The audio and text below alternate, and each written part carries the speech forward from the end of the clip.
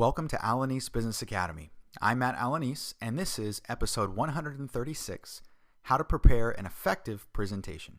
So chances are, if you're watching this video, you have a presentation coming up, and you're looking for information on how to better the outcome of that presentation. You may even be part of the estimated 75% of people that have a bona fide fear of public speaking. Fortunately, public speaking is a skill, meaning that it can be improved upon with preparation. In this two-part video series, we'll walk through how to prepare for and deliver a great presentation. This video will be devoted to the organization and preparation portion of public speaking, while our next video will focus on some obstacles unique to delivering a presentation. As a disclaimer, one thing I want to mention is that everyone has their own individual preference and style when it comes to public speaking. What this means is although some tips and techniques work great for some, they may work poorly for others.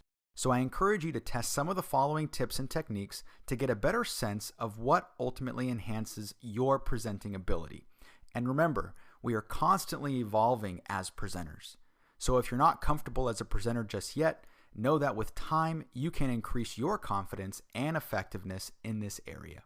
It's no secret that the ability to organize and present information is a critical skill in any career field.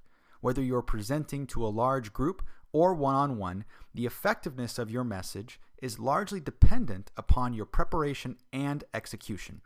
Each area must be present to deliver a successful presentation. When preparing for an upcoming presentation, one of the first questions that needs to be answered is, who is my audience? The answer to this question is extremely important and will determine how we communicate with our audience as well as the content of our message. Specifically, we should try to assess the age, education, ethnicity, and prior subject knowledge of our audience.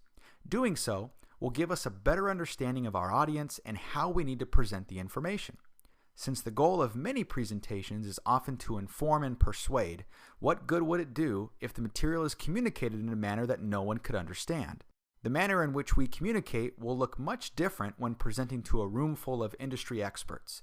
In this case, we'll have no problem using technical jargon and other terminology that may be lost on the average person. But if we're presenting to a group of individuals with no background in our subject matter, we'll probably need to cover basic terminology and outline the issues to increase understanding. Understanding our audience can also help us to better relate to them and really draw them into the presentation. In summary, we as presenters need to tailor our message as well as communication style to our audience in an effort to increase understanding. After determining who our audience is, we need to establish the primary goal of our presentation. Unfortunately, many people communicate without first thinking through what is the goal of the attempted communication. Are we attempting to inspire the audience, inform them of an event or issue, or maybe even get them to buy something? Basically, what are you trying to accomplish? Beginning with an awareness of the goal allows us to develop a roadmap or course of action that is likely to get us there. The answer to this question also spawns a series of new questions. Like if your goal is to inspire the audience, how do you inspire them? Do you incorporate statistics, a personal story, or maybe even a heartfelt video? The opportunities are really endless here, but if we fail to address the initial question, then our chances of putting together an effective presentation begin to decrease. Although there is some debate over their effectiveness, I personally think scripting your presentation in advance is beneficial. Now let me be clear, I do not recommend that you use a script when actually presenting. I find that doing so oftentimes affects the presenter's nonverbal communication and can even hurt the pace of the presentation. Scripts, though, are a great way to organize your thoughts as well as the structure of your presentation. This is especially critical when you have an allotted time and need to stay within that time frame.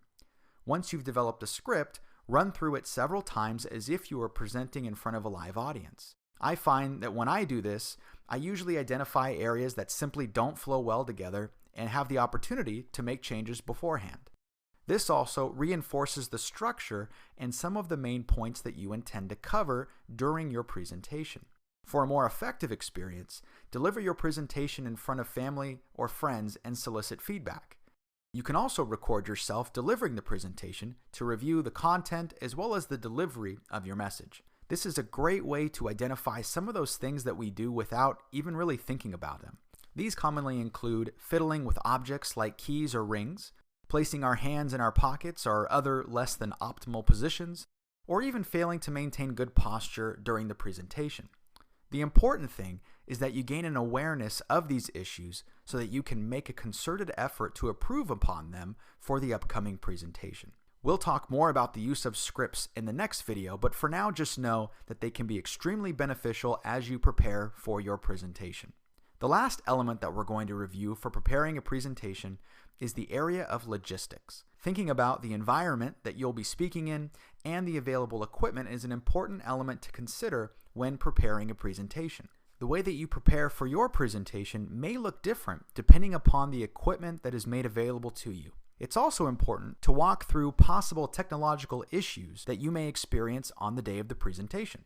For example, when using a slide deck, always have a backup in case the computer that is connected to the projector doesn't recognize your flash drive. This can be something as easy as sending your presentation to yourself via email.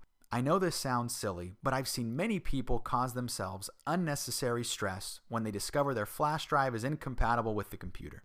This also tends to bleed into the presentation, so be sure to manage this carefully.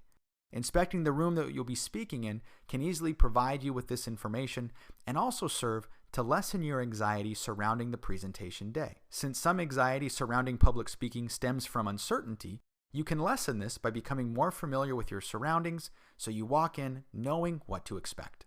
This has been how to prepare an effective presentation. In our next video, we'll get into the dreaded presentation day and focus on how we can deliver a memorable and professional presentation. For questions, please leave them in the comment box below, and I'll do my best to get back to those in a timely fashion. And remember to subscribe to Alanis Business Academy to have our latest videos sent to you while you sleep. Thanks for watching.